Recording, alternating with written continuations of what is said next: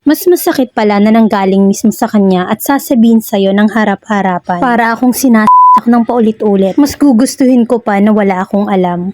Maraming nagsasabi na magbabago ang lalaki kapag nagkaroon ng anak. Pero bakit ganun? Kabaligtaran ang sa akin. Kasi yung matinukong asawa, nagloko kung kailan may anak na. Same age lang kami ng asawa ko, taga-province kami both. Magkababata kami, magkapit-bahay, mag-ex nung high school. Naghiwalay nung college days, pero nagkabalikan nung nandito na kami sa Manila nag-work. Since kilala naman namin ang isa't isa, nagpakasal kami agad kahit wala pang 1 year simula nang nagkabalikan kami. I'm using a phone na hindi compatible sa latest version ng GCash. Kaya nakikigamit ako ng GCash app sa phone ng asawa ko. Iisa lang ang messenger namin at open din ang phones namin sa isa't isa. That's why assurance is there, confident na walang maglolo ko. That night, maglo-load sana ako sa GCash niya na parang nangati yung kamay ko at binuksan ko yung messages niya. May nakita akong unread message under black messages. Without hesitation, binuksan ko and I froze the moment I read the message. Sabi niya, "Love, nakauwi ka na." Deleted ang convo, yun lang ang natatanging text from that number. Nanginginig ako at naiiyak pero hindi ko pa magawang i-confront ang asawa ko. Kasi I decided to gather more information. Hindi rin kasi ako yung tipo ng tao na war freak. Hindi ako nakatulog ng buong gabi at tinitigan ko ang asawa ko at ang anak kong mahimbing na natutulog. Habang ako tahimik na umiiyak, gulong-gulo ang isip ko at gusto ko siyang bigla na lang layasan. Pero naisip ko ang anak ko. I'm a first time mom at 2 months pa lang ang baby ko ngayon. Masela ng pagbubuntis ko at halos mamatay ako nung nanganak ako. Ang sakit isipin na ang hirap ng pinagdaanan mo tapos nagawa ka pang lokohin ng asawa mo. The next morning, I decided to call that number. Nagpretend ako na customer service ng representative ng TM at Globe at makapag-conduct ng survey. And to make the story short, I offered 100 load para mabigay niya sa akin ang information niya. At yun nga, nakuha ko ang personal information ni girl and I confronted my husband. Nai-imagine ko pa yung mukha niyang gulat na gulat. And of course, at first, he denied it. He said na baka na wrong send lang si ate girl. I asked him to call her. Pero hindi niya ginawa at dun na siya umamin. I'm working in a BPO company and currently na naka-ML. Delivery driver naman ang asawa ko at company policy nila na laging may kasamang girl na employee kasi siya ang magkukolekt ng pera. So just imagine kasama niya lagi buong araw. Mas masakit pa pala na nanggaling mismo sa kanya at sasabihin sa'yo ng harap-harapan. Para akong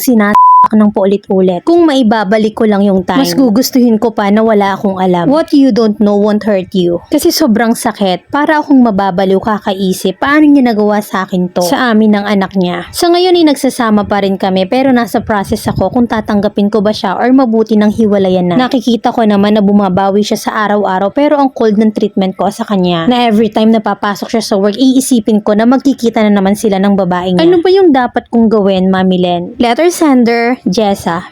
Paano ka makaka-move on sa araw-araw kung ganun pa rin ang setup nila? Hindi ba pwede na maghanap siya ng trabaho at iagwat mo sa babae niya? Total na tinanggap mo ulit. So yun ang ipagawa mo sa kanya. Driver siya at maraming work na po pwede niyang applyan agad. Hindi po pwede na tinanggap mo lang siya pero same scenario pa rin sila ng kabit niya. Wala yan sa bawi-bawi. Alam mo na ngang nasa trabaho yung ahas, ganun pa rin yung scenario. Asa ng peace of mind mo minu-minuto? You're suffering mental health, depression, at sabayan pa ng postpartum. Yung tiwala mo sa kanya may lamat na yan eh. Kailangan may gawin siya para hindi ka na makapag-isip ng ganyan. Normal naman lamig ka, malamang kumabit eh. And next time na mangyari pa, wag mo nang patawarin. File a case agad kasi masasanay siyang banta ka ng banta, kulang ka naman sa gawa. Baka mamaya ilang beses ka nang niloloko pero pinapatawad mo. Eh sa inyong dalawa, ikaw na yung loko-loko. Cheating and lying are not mistakes. They are intentional choices. Once a cheater, always a cheater.